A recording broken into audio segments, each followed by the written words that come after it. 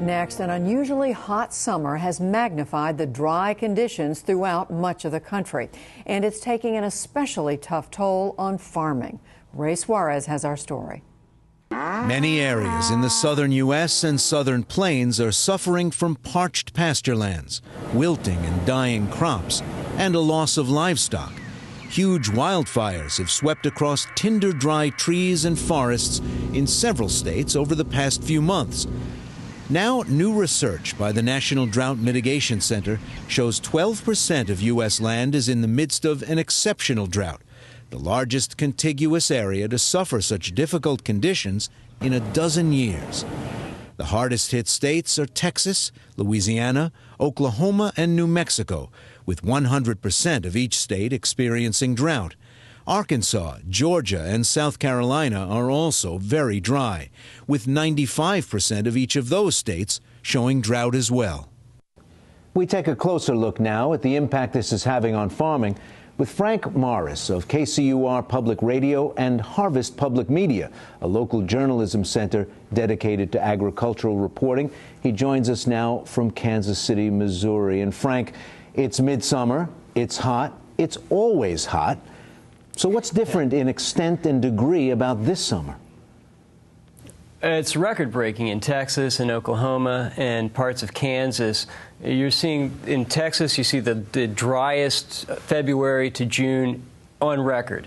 In Oklahoma, you're seeing the hottest weather since 1936, and hottest and driest since 1936, the height of the Dust Bowl. In Kansas, there are some places where it's barely rained in a year. You're talking about an inch or just a little bit more precipitation. So the whole soil system is just completely bone dry powder down as far as the subsoil goes.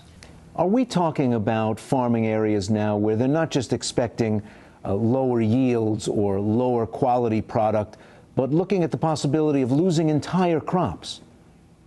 Well, they've lost crops. I mean, in the wheat harvest in Texas and Oklahoma, and again, southwestern Kansas was terrible.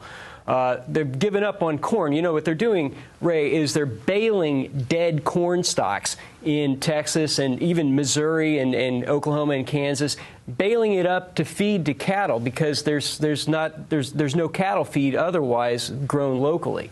So, yeah, you've lost a hay crop, 2 or 3 hay crops. Usually cut that 4 times. You're lucky to get 1 cutting this year.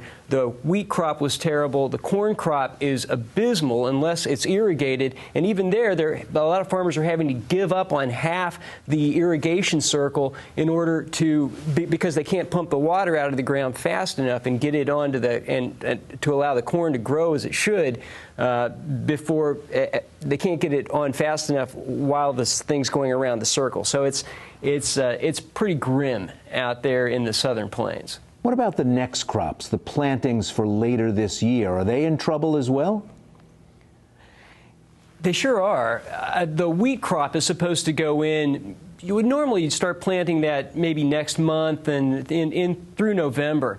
This year, the ground is so dry, it's like powder, so the wheat won't be able to germinate unless they get some good rains. Out in western Kansas, they call that dusting in. You know, I dusted in 140 acres today, or what have you.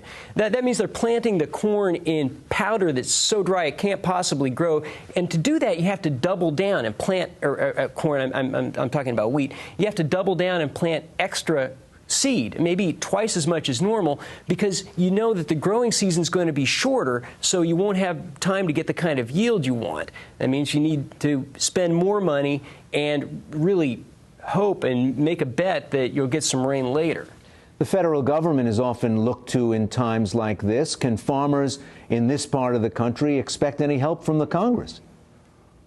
Oh, well, absolutely, they'll get help. I mean, there are layers of disaster programs. There's federally subsidized crop insurance that's already paid at least $200 million into Kansas, Texas, and Oklahoma, and that's just the beginning. That's for the wheat crop. But normally, or in the last few years, Congress has come up with something else as sort of a package for disaster aid on top of all the other ones. Typically ranges $1 or $2 billion. and nobody's expecting to get that this year. Especially with crop prices high as they are, farmers mostly are coming off pretty good crops in most of that area anyhow, at least from last year. How long till we see this in the supermarket, in lower prices for livestock that's being slaughtered earlier than it should have, higher prices for livestock that is eating more expensive corn? Are we consumers going to see this very soon? I don't think you're going to see it very soon. The cattle that are going to slaughter now in early, they're going in lighter and earlier than they normally would in the southern plains. Those sales are up dramatically, and it's especially hitting the little guys. So some of them are having to liquidate because they just can't find food for their cattle. But the system is pretty flexible, and so you have other parts of the country where it's wetter holding back. So there's not going to be an amazing shortage of cattle, although the cattle herd is at the lowest levels it's been since the 1950s. So eventually, when you're calling the herd more, that supply is going to get tighter. And how much that raises the price is a very hard thing to calculate. And the forecasters aren't offering much hope in sight. Frank Morris, thanks for joining us. Thank you, Ray. A pleasure to be with you.